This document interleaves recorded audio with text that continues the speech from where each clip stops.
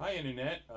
I'm Love Me Cat here on the Internet, or more properly speaking, the inner tube, at the yurt of my nonce acquaintance, the Grand Vizier of Hippopotamia.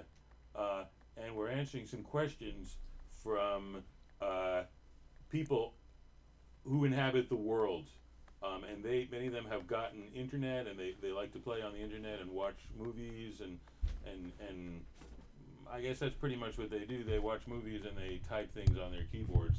And now we have some of those things that they typed, and thanks to the hospitality of the Grand Vizier of Hippopotamia, may the sun never set on his reign. We have some of those questions here tonight, or today. So, L.R. Beaner wants to know, do you guys in the scratching post get high? Well, you know what did my third grade teacher used to say, that she was high on death. So we're high on the cycles of organic life, birth, eating, copulation, and death. Any other questions? Grand Vizier, thank you for your hospitality. We have KKK Khan 16 says, funny, this in Chinese, cat of malnutrition, goat of overbite. Any comments? 谢谢您，我很高兴说. Well, my Chinese is somewhat rusty, but I am the cat of emaciation, and I'm good luck. I'm auspicious. I will go to your restaurant and lift my hand like this, and you can give me food. I'm partial to gerbil lo mein. Thanks for the question. It was very perceptive. Okay. Jess Enright says that Love Me Cat is just hitting on all the ladies on this show. Is that what you do? Budway. So are you also she's from Malaysia. Well, Love Me Cat. I want the people to love me. So yes. Next question.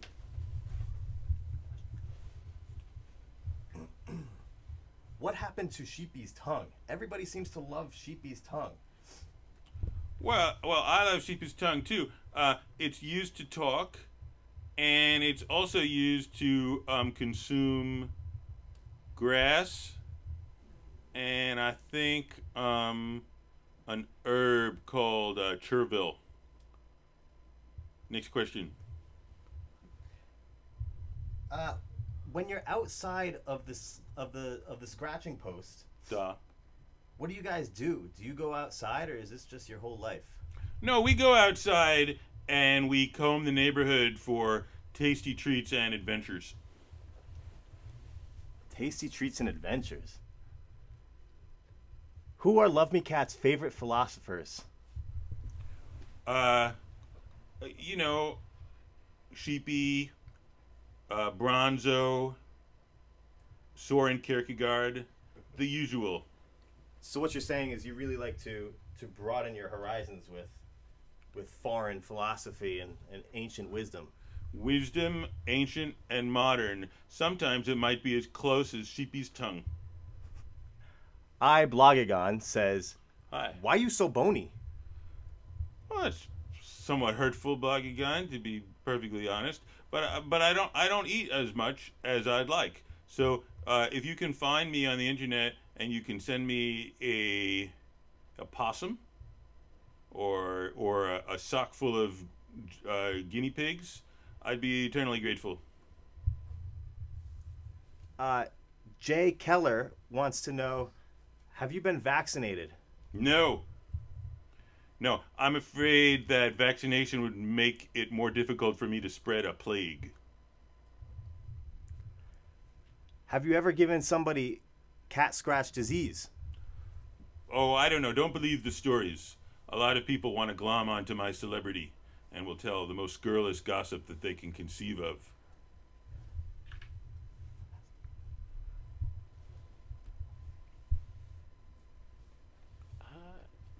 question from the audience is, why is the robot's voice changing? Well, when a robot reaches puberty, its body and voice go through certain changes, and I can only assume that because of our sexualized culture, Bronzo is going through puberty earlier than a robot would in the wild. Why is... Have you ever tried catnip? No, is it good? Sometimes I saw an episode of Dragnet about some cats that took catnip and then they put their kittens in the oven and they ate them, and that sounds like something I'd like to try. Rachel Berkey says, would you rather have a cat palace or simply your scratching post? Oh, palace, that would be nice because of all the dancing going on. There's not enough room for a really bitchin' dance party in my scratching post. Good question. That was smart. She's smart. Love Me Cat team, please send her an obelisk. Christine Odiaz says, can you sing? Oh, but of course. There was a noise that echoed in my ears. Sometimes I heard it, sometimes it disappears.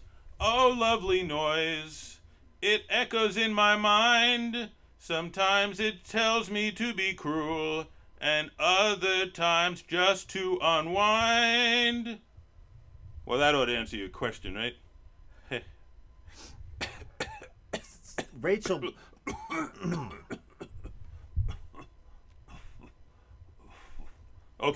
Okay, beautiful. We're live from the Sultanate of Hippopotamia. Mod Primate. Do you have any celebrity cat friends? Yes, I'm friends with whatever. What's that cat? Grumpy the cat, and some of those cats. There's a great thing online which is shamed cats, where cats have to wear signs about their misdeeds, and many of them are my pinochle buddies. Rachel Berkey asks, have you ever made a sweater out of Sheepy's wool? Yes. Cuddly. Yes, I have made a sweater, and a very, very, very ineffective prophylactic.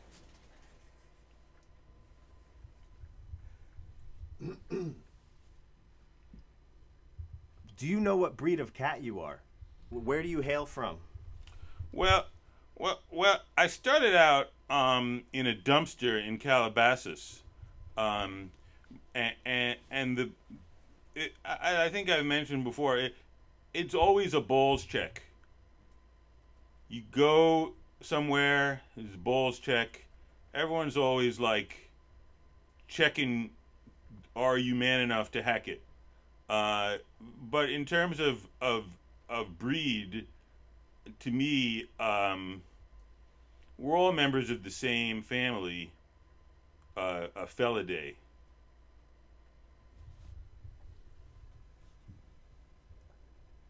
Gate Test asks, how do you really feel about dogs?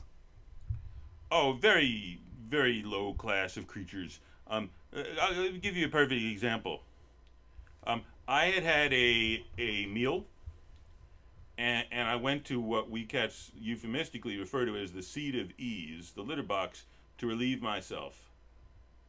I was answering some email correspondence, and I saw a dog had taken my fecal pellets and was rolling them about in his mouth like they were fine Werther's sucking candies.